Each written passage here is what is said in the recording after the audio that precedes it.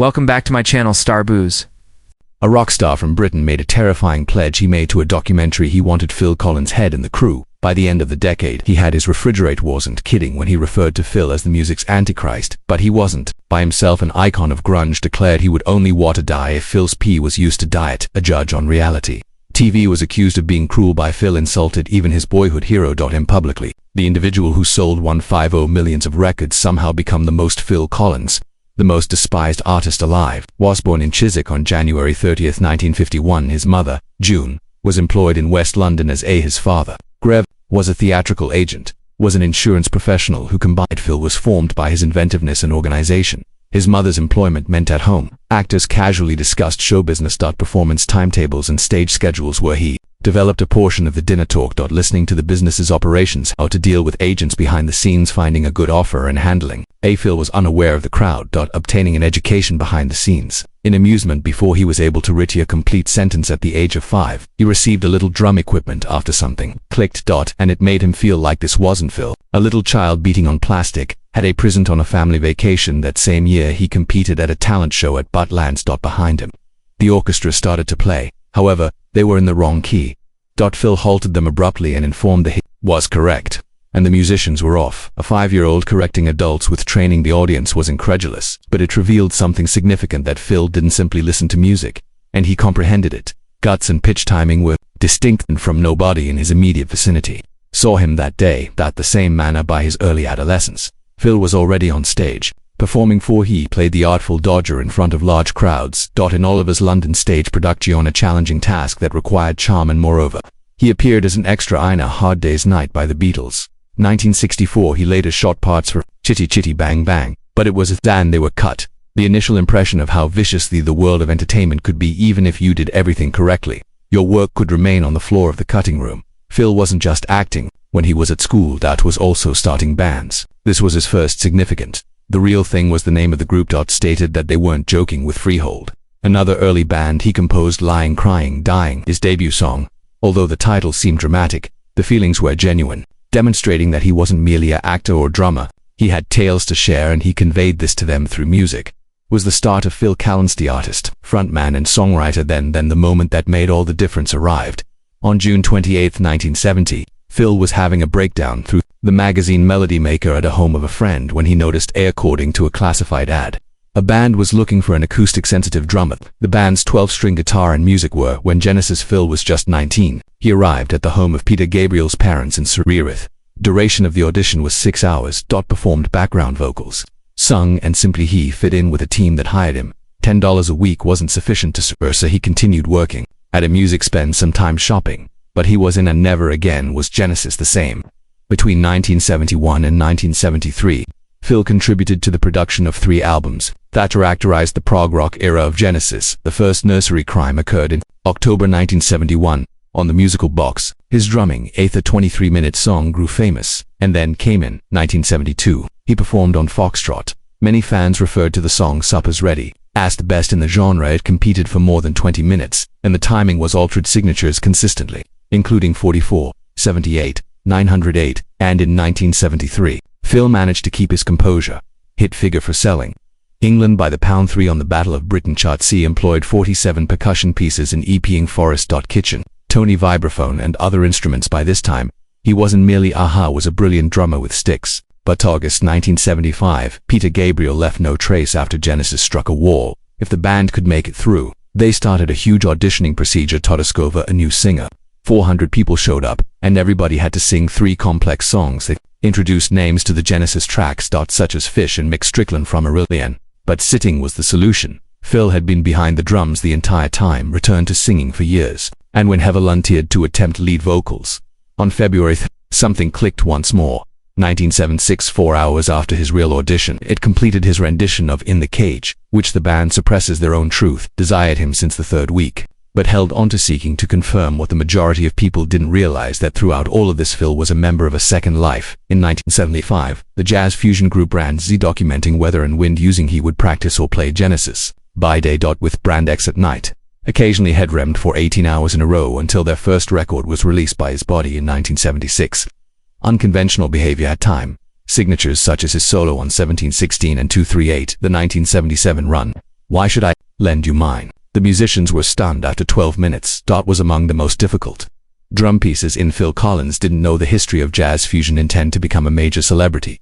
It began with heartbreak in the 1980s. Early in 1979, he married Andrea Bertoelli. Passed out, he returned to his angry vacant house in Surrey, England, and, bewildered rather than disintegrating, had transformed suffering into song by dragging a piano from the 1820s was placed in the bedroom. An Adra machine, no band, and no Phil is working through distractions. The ruins of his existence by February 13, 1981. Only a day before he published Face Value on Valentine's Day. His debut solo album lacked polish. That was full, genuine and unsweet. The song in the air tonight is full with emotion. Strike listeners in the chest like a punch. It peaked in August at neither Hot 100 while Lionel and Diana Ross there was nobody that Richie's Endless Love sat at. Contrast set at everything, but the world the renowned romance was destroyed by Collins. With booming percussion and era those drumming weren't typical in that silence. The fact that the sound was an accident originated from a Shepherd's Bush studio where Peter and Collins were recording. Hugh Pugam, producer Gabrielune, intentionally left a microphone on that was only intended for conversation. But what the microphone was magical when it emerged, gated and compressed, severing Thicho and transforming every drum strike into something explosive that no one had ever heard such drumming prior to using impact on Tonight's in the Air, and the world heard the sound known as gated reverb was used as the hallmark of pop and rock. Collins employed it once more in the 1980s. I don't care that I'm in against all odds. Anyhow, Mama quickly utilized it in Genesis. It was imitated by everyone until the 9 South arrived, as well as band's desire for something more naturally. But even today's artists like Lord brings that sound and beyond. Surter and demonstrating the extent of Kalencha made a mistake, but he continued after that. He published Hello, I Must Be Going in 1982. A soulful, rhythmic album that hot. It peaked at number 2 in the United Kingdom. And his cover of You by the 8 in the US. Can't Hurry, Love became the top song, and after that, Britain introduced No Jacket Required. Everything changed in 1985. Collins' decision to forego the hearty sheets. He desired something cheerful, brought in Peter Gabriel and Sting for leaning into dance and providing supporting vocal shot. The album peaked at number 5. Duration in the United Kingdom and 7 weeks in the more than 12 million copies were sold in the US. America and took home 3 Grammys. Including that year's Album of the Year. Collins had 3 number 1 hits by himself, more than anyone else in the United States in 1985 up until 1990. He was invincible. In the US, he had 13 top 10 hits. Awarded him his first solo in spite of all obstacles, number 1 in America, and he received a Grammy, but he was passed over for the Oscars, prepared to perform by flying to Los Angeles. But rather than Collins, they selected a dancer. Never forget that he made fun of it on stage. Years later, in 1977, with the publication of Then, there were 3 things that had modified the Follow You Follow Me app. The US Top 40 and the UK Top 10. It was sweet, catchy and pop for DA. Ardent Genesis devotees. It was treacherous. These individuals were the same ones who had to sing 10-minute songs about myths. Now they were dying kings and beasts, obtaining basic love songs that the sting persisted because Genesis had always been in a difficult, male-heavy band under Collins. They are unapologetically uncommercial. That altered the new sound. They introduced a larger audience, particularly women. Band was becoming more well-known, but it seemed like they were losing to the early fans. After that, Invisible Touch entered their spirit. It was a full-fledged pop record in 1986, and the title track's hit number skyrocketed. On the genesis of the US Billboard Hot 100 had not done so prior to the album. In the US, more than 6 million copies were sold, 1.2 million more people in the UK alone. 5 that album's hits made it into the top 5. The 5 lands of confusion in America. Tonight, I'm tossing everything in too deep. All chart monsters tonight. Afterwards, Collins acknowledged the title song was influenced by Sheila E.'s Glitzy. He desired to write his own interpretation of life. Oddly enough, the song was inspired by a jam, just the band having fun throughout the session. Collins became personally attached to that song. Mike Rutherford, my favorite, described it as an amazing song, enjoyable to perform, and the audience was split. But in July, the stats weren't deceptive. Invisible Touch sat at number 19 on 1986. Peter is at number 2. Directly behind it, Sledgehammer won Band 2 of Gabriel's back-to-back frontmen on the charts. Felt as though the present and past have been the past. Genesis was fighting it out, didn't win, but there are costs associated with victory. By the middle of the 1980s, Phil Collins was more than Genesis's first solo appearance. Face Value spent 3 weeks at the top of the UK charts. It peaked at number 7 in the United States in the global success of Air Tonite classic Spooky Drum Break, followed by more high albums. I Must Be Leaving Without a Jacket, Necessary, But Really, Everything Will Typo Platinum, Jacket Free. 4 hits in the top 10, including 2 numbers. Not only was he performing well, but he was, by the conclusion of the decade, dominating. Collins had more songs in the top 40 in the SIUs, more than any other country when Genesis arrived. Together in late 1985, to create, Collins had to reassure Invisible Touch he wasn't leaving the others, saying, "I'm happy with our current course of action," he stated, although everyone was aware that it couldn't go on forever. Collins eventually left in 1996. Mike Lee to Rutherford acknowledged the surprise. Was that he remained for the amount of time he did. Not everyone really enjoyed the success. Many detested it, and Collins emerged as he wasn't a poster boy for selling out, simply enter the mainstream. He seized control of it. Individuals began receiving by 2010. Weary of him, he acknowledged, "I apologize for everything being so successful. Honestly, I didn't want for it to occur." Thought. The hatred was also not subtle in Patrick Bateman, an American Psycho, yells regarding Phil Collins before to his murder. Collins, the message was obvious to someone, has come to represent all that people is like. 8 South Pop. Even South Park got in. In making fun of him as a washed-up celebrity, only fen if you were taking medicine. Phil Collins admired the Beatles as a child. Thus he eventually got to meet Paul McCartney at he brought Buckingham Palace in 2002, paired with a unique first edition of the Beatles' history in the hopes of signature. But without the warmth. Smirking, McCartney addressed his wife, "Sweetheart, our little Phil is a little fans of the Beatles." That single line struck like Collins was shocked by a slap, but it didn't seem like a joke, as if he were getting made fun of for just having admiration for someone years later. He grew up listening to acknowledge that he would never forget that incident in Ufa, he said. It festered. Afterwards, Collins claimed that McCartney had a feeling of superiority when McCartney finally got in touch. It wasn't actually, according to Collins. An apology felt more suck as, "Let's go on." However, the remark had persisted for much too long. Wasn't merely resentful, he was wounded. And when you work in an industry where ego is money, even a tiny dig might develop into after a year of conflict. Simon Cowell didn't take a break in 2005. Collins made he was obviously impatient with Cowell or his kind of brutality. "I don't have the time." He claimed that Simon Cowell is simply harsh. Cowell had one event that stayed with him, told a boat-singing woman, "I'd never board a boat on which you were singing, because it would sink." Collins said was shame rather than criticism, declined invitations to participate in talent to him. Programs like American Idol were dead formats in which the artist important, he said. "Only ratings would it feel like that on one of those shows." Hitting the wall with my head. For Collins, it wasn't simply Cowell that was the issue, was a factory style representation of mechanism that tore individuals apart to create stars. Britpop followed, and it came with the frontman of Oasis, Teeth Noel. Gallagher made Collins the object of personal attack, and the Gallagher declared war in the early 1990s on his nickname was McDonald's Music Phil. He claimed that Sting and Collins were at "I want the severed head" at the top of the list. By the end, I had Phil Collins in my refrigerator. He told a documentary about this decade. "If I don't have a crew in 1994, I'll be a lighter failure." Gallagher became somewhat softer. Acknowledging that he was exaggerating, but he kept phoning and never really stopped. Collins, the music industry's antithesis, didn't mince words either, saying the Oasis brothers were simply awful men, impolite and less gifted than they believe. He acknowledged that they still like their. He rolled his eyes at the music. Their actions were more than just personal, it was a generational desire for British pop. Collins was a polished pop star who rebelled. Kurt Cobain, who came from the old guard, had his personal opinion, and it was vicious. In 1992, the leader of Nirvana embarked on Akelin's tirade that stung. Everything stood for the white masculine soul that he ridiculed. He claimed to despise cartoons and horns unless, as he jokingly said, they were colored using Phil Collins' urine. And Jerry Garcia, Cobain's blood, did not despise Collins as a man. Rather, he detested what he stood for. Commercial pop, he believed it to be soulless and inauthentic. Taste wasn't the only consideration. Cobain Collins' values served as the emblem of all that grunge was attempting to destroy down. And even though the two never fought, when Cobain spoke face to face, his words stuck, intended to eradicate a certain era, and Collins served as its face. But Collins' pain was personal as well as public. His unions were turbulent, and his divorces were terrible. Then he has been 3 marriages, the first of which terminated in he lost 17 in 1980 and 1996, around $34 million. However, the biggest, his divorce in 2008, was a startling break. Ori and Sivey charged him 46 quadruples, 76 million. It was the biggest at the time. British celebrity divorce settlement story, including McCartney's well-known Heather Mills compensation, was less. In Collins lost over $84 million.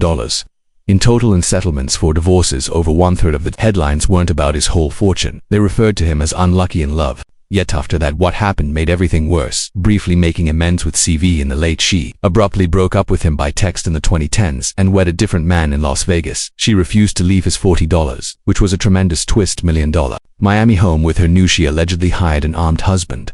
Security cameras were blocked by guards and Lynn's accused them of changing the locks or putting on a takeover CVI in response to sought $20 million, claiming that Collins had to give her half of the house's worth. Denied it, and the court case continued, up until 2022, when a judge rejected Stevie's assertions following her multiple violations of court instructions. But the harm had already been done. Collins had been humiliated in public once more. The lady he had previously trusted had threatened to make private. He didn't pay. The information wasn't simply divorced, but it was war. And then there was the daughter of Phil Collins. A celebrity in her own right has now spoken candidly discussing their tense relationship when she was just a little child. Her parents divorced. Collins was rarely present, and her 2017 memoir exposes the wounds caused by absence. "I forgive you for not always," she wrote, "being present for me when I needed you." She said. Discussed the insecurity of eating illness and the emotional gap created by her father may still be silent. Been alive, but for the most part it was harsh, as if he were entirely gone. Unpleasant, but it was sincere.